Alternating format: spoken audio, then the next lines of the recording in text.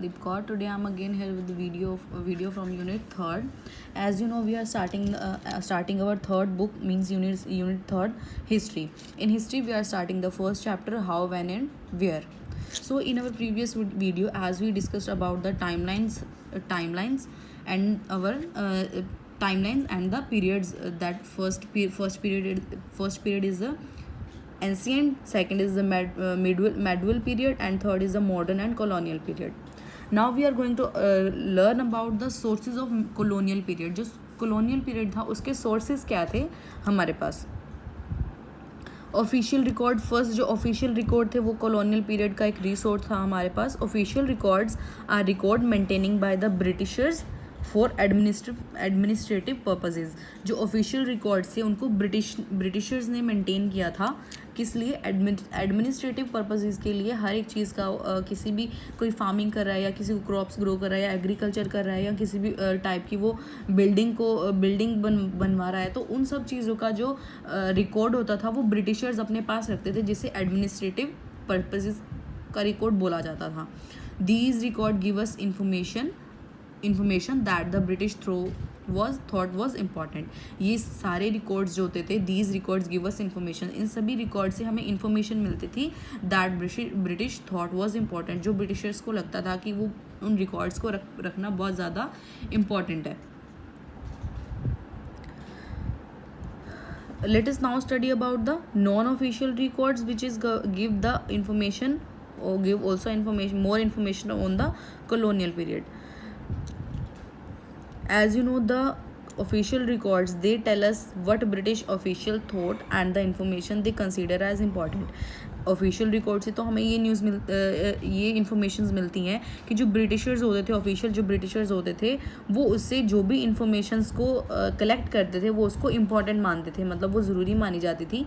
जैसे कि उसके एग्जांपल हैं administrative record, census and the surveys. वो अगर किसी भी सिटी या किसी भी विलेज का सर्वे कर रहे हैं, वहाँ पर उन्होंने क्या क्या सर्च किया या फिर किन किन चीज़ों का रिकॉर्ड मेंटेन किया या किन चीज़ों पे नोट डाउन किया, तो उन सब का रिकॉर्ड वो अपने ऑफिशियल रिकॉर्ड्स में रखते थे. And then the non official records, they tell us about the life of different peoples.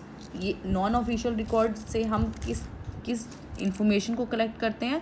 Life of different people की. वहाँ पे जो नॉर्मल लोग रहते थे उनकी लाइफ कैसे होती थी, या फिर जो VIP पीपल्स होते थे, किंग होती थी, क्वींस होती थी, या जो हेड ऑफ ब्रिटिश कंपनी के होते थे, उन सब की जो लाइफ थी वो किस तरह की थी, उनकी क्या कंडीशंस थी उस कॉलोनियल पीरियड के टाइम पे, उनकी लाइफ की क्या कंडीशन थी, उन सब का रिकॉर्ड मेंटेन किया जाता था. जो नॉन ऑफिशियल रिकॉर्ड्स होते थे, वो नॉन ऑफिशियल रिकॉर्ड्स किस तरीके से रखे जाते थे? इन द न्यूज़पेपर्स में उनको प्रिंट करवा के उन रिकॉर्ड्स को रखा जाता था, डायरीज़ में, बुकलेट्स में, and the account of pilgrimage, और जो पिलग्रिमेज के अकाउंट्स होते थे उनमें रखा जाता था. They are the non official records. The sources of colonial period की क्या रिकॉर्ड्स हैं हमारे पास? सो क्या सोर्सेज हैं? Official record and the non official record. Official record वो जो ब्रिटिशर्स मेंटेन करते थे एडमिनिस्ट्रेटिव पर्पसेस के लिए, और नॉन ऑफिशियल रिकॉर्ड्स वो रिकॉर्ड्स हैं जो नॉर्मल पीपल के, जो भी वहाँ पे उस टाइम पे जो डिफरेंट पीपल्स वहाँ पे रहते थे, उन सब की जो क्या कंडीशंस थी उस कॉलोनियल पीरियड में, उन सब की इन्फॉर्मेशन को गेट करने के लिए रखा जाता था by the newspaper, diaries, booklets, accounts. उन सब के थ्रू जो वहाँ पे जो लोग रहते थे उनकी इन्फॉर्मेशंस को कलेक्ट किया जाता था. Now write down the answers of previous topic. How did the industrial revolution led to the colonialism. जो इंडस्ट्रियल रेवोल्यूशन है वो उससे कॉलोनियलिज्म कैसे होता है? Here the answer of this question and you have to write on your notebooks also. As you know, these questions are also write down in the lead school video. You have to write all the question answers which is shown in the video by the lead school.